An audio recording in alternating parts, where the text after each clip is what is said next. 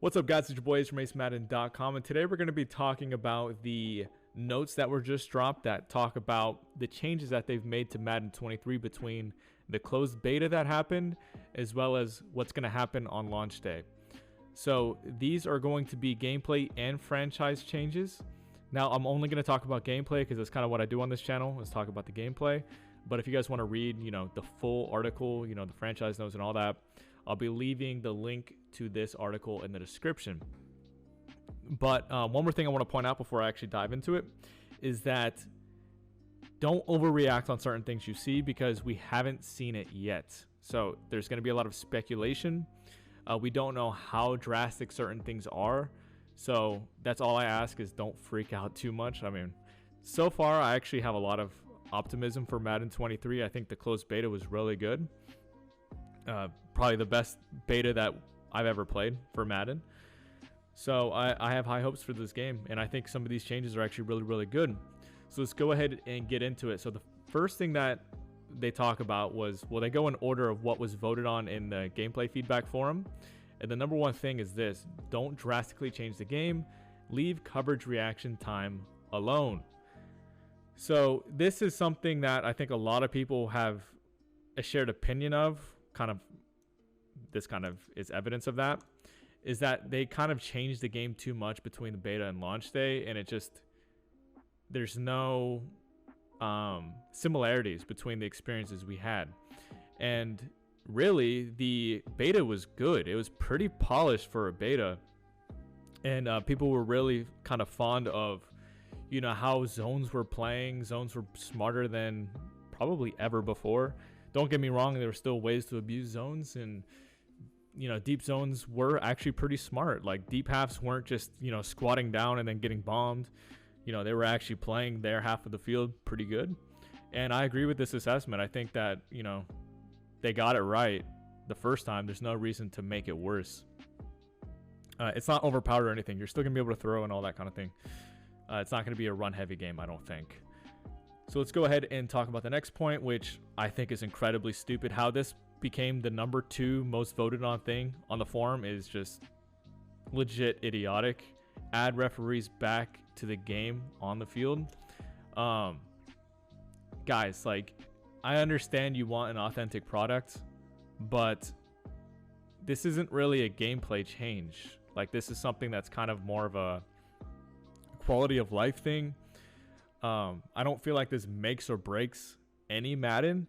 I know some of you guys will be in the comments section saying that I'm wrong, that the refs are important, because I remember, last month or a couple months ago when I was posting about the beta, there were people complaining that there was no refs, and I just don't really understand why this is such an important thing. Like, I get it, there's plenty of people who aren't like competitive players and they want like a super authentic, NFL experience, and the refs are part of that. But I don't know. I'm surprised that it's the number 2 most voted on gameplay thing. Let me know in the comment section if I'm wrong or whatever, but I just don't get that. So next, let's talk about play awareness. Too easy to run the same plays over and over again. I think this has a lot to do with gun bunch, and you're gonna see that's kind of proven by the bullet points that we'll talk about in a second.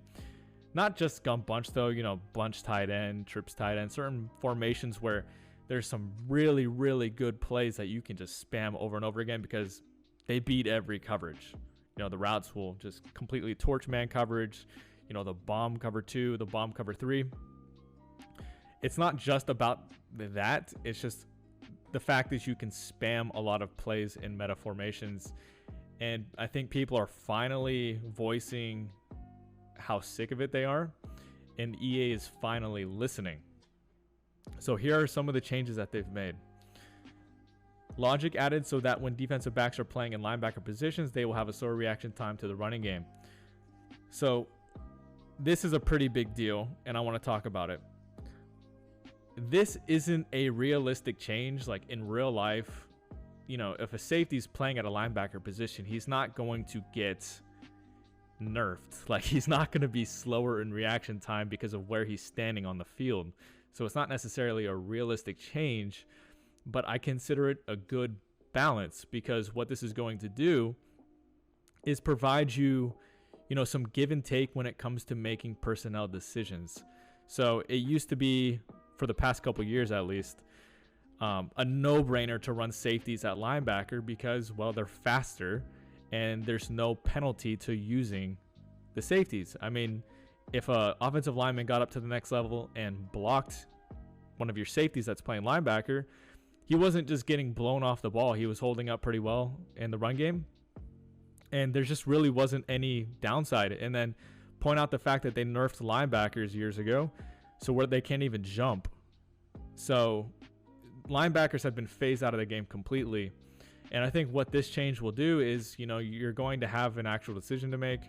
We don't know how nerfed it is in regards to the reaction time. For all we know, the speed and acceleration differences between a safety and a linebacker, it might be too much to the point where it kind of offsets the slower reaction time.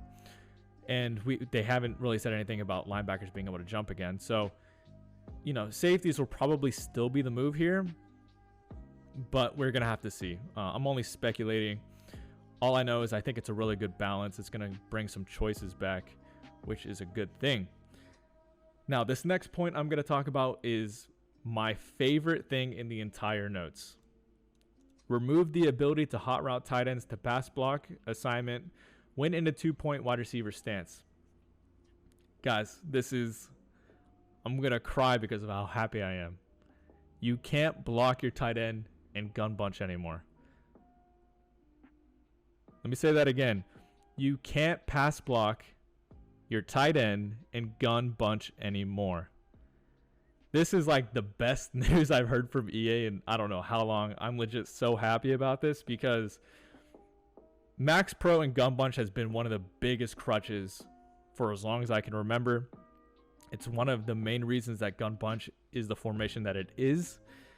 And don't get me wrong, this doesn't kill gun bunch completely. It just brings it back down to earth because there's still plenty of good plays in gun bunch that, it's going to be hard to stop certain route combinations regardless of if they block their tight end and their running back. But the fact is, this kind of limits what they can do. It also didn't make sense. He's in a 2-point stagger stance. You will never see a tight end blocking like that in real life because it's just unbalanced. He'll just get ran over by, any kind of pass rusher coming off the edge. It's just not a good pass blocking stance. And, they've finally done something about it. And this is great news. Let me know in the comment section if you agree with me or if you think it's terrible. But I think many of you who watch me are going to agree that this is a great change because a lot of people are so tired of seeing gun bunch. And like I said, this isn't going to remove gun bunch from the game. It doesn't kill it completely.